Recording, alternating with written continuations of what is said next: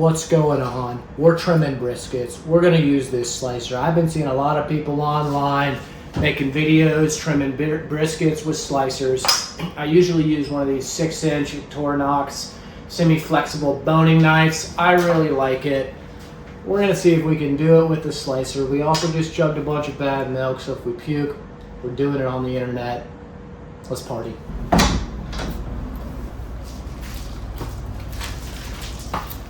First things first, we had our brisket chilling down outside. It's like 30 degrees, so this is nice and cold. It's gonna make it easier to trim the fat. This is a 20.14 prime Swift brisket from the chef store. It's got nice fat coverage all around. It's pretty even in shape, good marbling.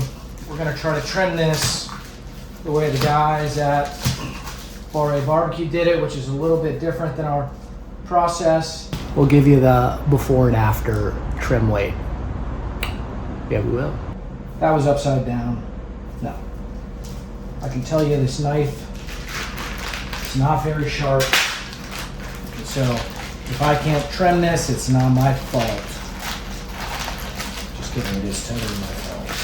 Pat this thing dry, just get some of that moisture off to make it easier to handle, not so slick. A little rub down, top, bottom. Actually, I call this the top. Probably a ton of different ways to do that, but to me, this is the top where the fat is. Look at what we got. We got the mohawk right here, kind of a small one. Fat coverage kind of leans out here, and a ton of hard fat right here. This edge right here is a little thin, so we know we're gonna get it trimmed off in the process. So we're just patting it dry and simultaneously seeing what we got to work with. I like to push it a little bit, let it know who daddy is, that we're coming in. But really what pushing it out does is let you see the true shape of the brisket. So what I normally do is I take this full decal out here. The reason I like to take it out is that there's just so much fat that it's not going to render down. But another philosophy that people do is they just shave it so that this brisket, this center section, is the most even in shape that it can be, so that when you're cooking you don't have these kind of valleys where fat pools. And what ends up happening is that there's just this glob of fat on the cutting board when you're slicing, and you just slice that off and throw it away. I like to pull it out because I use it to make sausage, but we're gonna try what the Bar A dudes did. So we're just gonna try to level this out a little bit, maybe take some of this point right here with it. Then we're gonna get some of this fat, silver skin, but we're really not gonna worry too much about that. This stuff usually ends up rendering out as it cooks.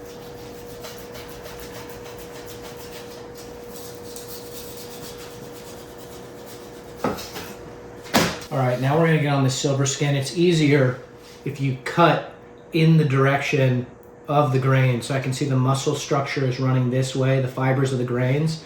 And so to trim that out, we're gonna go in the direction of it. If we were gonna go the opposite direction, we would just hit each one. We're gonna end up kind of jagged. There's still a little silver skin there. I'm not that worried about it. This fat, however, this right here, may not render out in the cook process, so we're gonna go ahead and get that. Now the whole idea with these big knives versus the boning knife is you get these long, even cuts. It makes for a really nice presentation, really even structure. And I'm kind of noticing that I'm not using that way. I'm just sawing, so I'm gonna do my best to get these long, kind of bottom to tip slices. So for now, that's gonna be what we do on the bottom. Something I want you to see is we got the decal here, right? We're gonna flip this over. Then the side opposite that, right here, this is the mohawk. And the Bar A guys they came at it this way and then like curved around as they were cutting it. I usually come here because there's a big piece of hard fat right here and get it all the way over. So I'm gonna try to do what they did, which is like this motion right here, and we'll see what happens.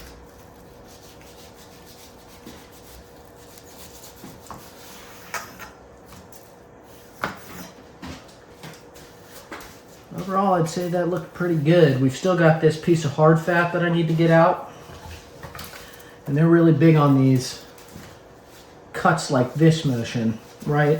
So I'm just gonna see if I can do that here. I don't have the right angles though. This is all about angles, and so what I really want to do is like that. You know what, we're gonna do it. I'm gonna do what I want to do.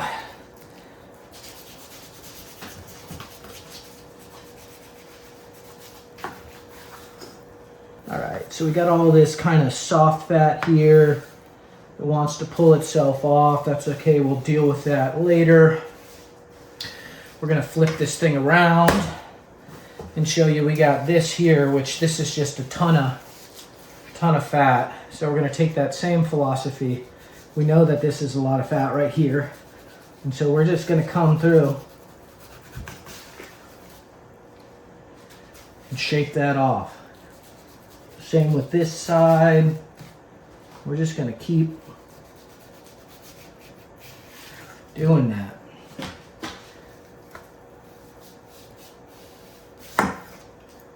That was a pretty big scalp, ladies and gents. But what are you gonna do? Trying something new. Okay, here we go. You can see here we got a lot of fat. You kind of create these channels with your hand or fingers, and you can see by doing this just how much fat is in there. So I'm gonna get in there and just try to get it all out.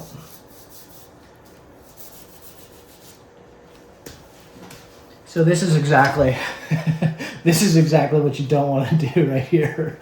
I went pretty level, then angled my knife down, created this pothole type of thing, and what's going to happen is when this fat renders as it cooks is the fat is going to go down into this pocket and pool and then prevent bark from forming right here. So what we're going to have to do as we cook, we're going to have to come in and tip this brisket over, pour off the fat, maybe even put something underneath it to keep it kind of bubbled up. But anyways, we're going to keep going. I can tell here that I'm probably going to end up just taking it right here for shape, for a number of things, but this is just a bunch of hard fat.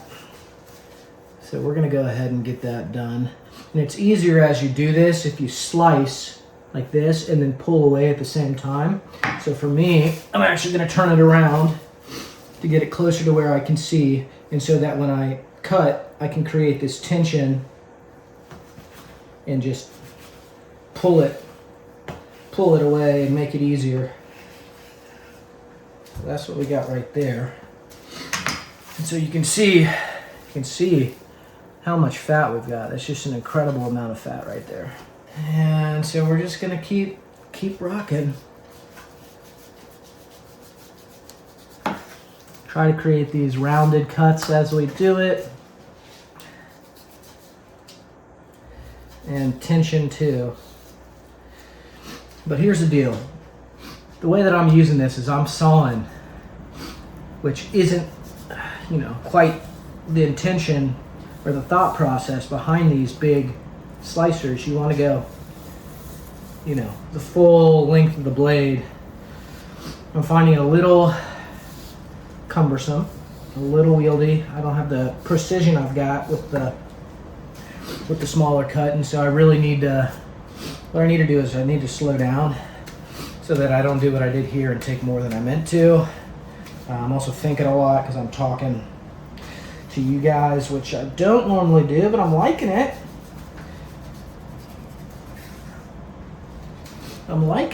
You can do things like put your hand up under the brisket to get the angle you're looking for, and then roll the edge. We like these rolled edges. Everybody likes rolled edges. Everybody likes rolling. The biscuit likes rolling. I like rolling. We roll it. We are rolling. We're trimming brisket. It's already been about, I don't know, probably 5 minutes since we started doing this, which I'm not sure what average is, but this is going to be a longer than average brisket trim.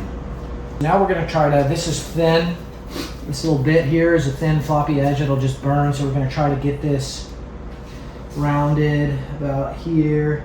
And if I could just come through right there, that'd be sweet. But again, It's all about leverage and being able to, if I were left-handed, this would be perfect because I could pull at the same time. So we're gonna move this way, try to do it over our shoulder for you.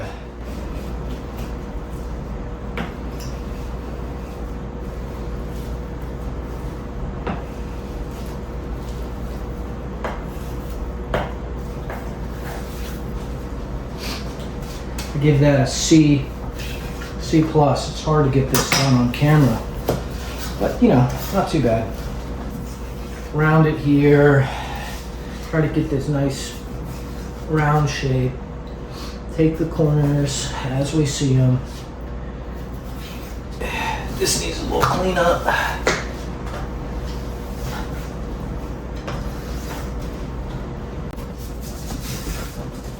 Doing all right, I'd say. I chose to do it with this one because I'm actually going to make this into some pastrami, so I'm not super concerned with the most perfect trim in the world, but I still, you know, I like to get a rep in. Big boy likes to get his reps in. So we're just going to feel around, see where there's any hard fat. There's still a ton right here. So if we can, we're just going to shave it down. Survey. So in my head, I don't mind a little more fat here on the flat to keep it protected. There's already in the point, there's a ton of fat, so we can keep that kind of lean. Not too worried about that scalp because the meat's gonna stay moist, but yeah, that's a bad look. But it ain't all matter now. Let's see. All right, that didn't take 30 minutes. It's been about 13 minutes. All right, check this out. It's all right, it looks okay. I started to get more used to the slicer at the end, but it still felt a little uncomfortable. If I did this, I'd probably give myself a B. It's gonna cook, it's gonna be good, but there are a couple of things that I'm not happy about. We got big scalp number one, it's on the edge. It's on the point, so that's actually not that big of a deal. We got this little one here where some liquid's probably gonna pool up. We've got pretty even thickness here, a little more fat coverage on the flat than the point, which we like. We got these nice rounded edges, but we totally forgot to do those long strokes. We were just kind of slicing like we would with the boning knife. Like I said, B+. What I'm actually gonna do now, and there's more to it. I think maybe 3 or 4 times into using one of these, you could do it really fast and be into it, but now I'm gonna go in with this boning knife and clean up what I can, see if we can take it from a B to an A. Okay, y'all, we came back in with our boning knife for about a minute and just shaped it up. You probably really can't tell, but we got much smoother corners here. We got more of this fat out right here, kind of sloped it a little bit. Couldn't do anything about this scalp, but like I said, it's gonna be all right, it's on the point. I felt much more comfortable with the boning knife. I see how the slicer in principle works. Maybe I just haven't done it enough for me. You know, who cares? Use the knife you want to use. But yeah, people have been wondering, slicer versus boning knife, and so that's my take. My take is who cares? Use whichever one's most comfortable for you. For me, it's the boning knife. We're done with the video. That was fun. My takeaway is I'm not using a slicer. I'm gonna use the boning knife, but who actually cares? That's my dog Lula. That's a mushroom. This is our friend. We're gonna name him Cedric. Our friend Cedric.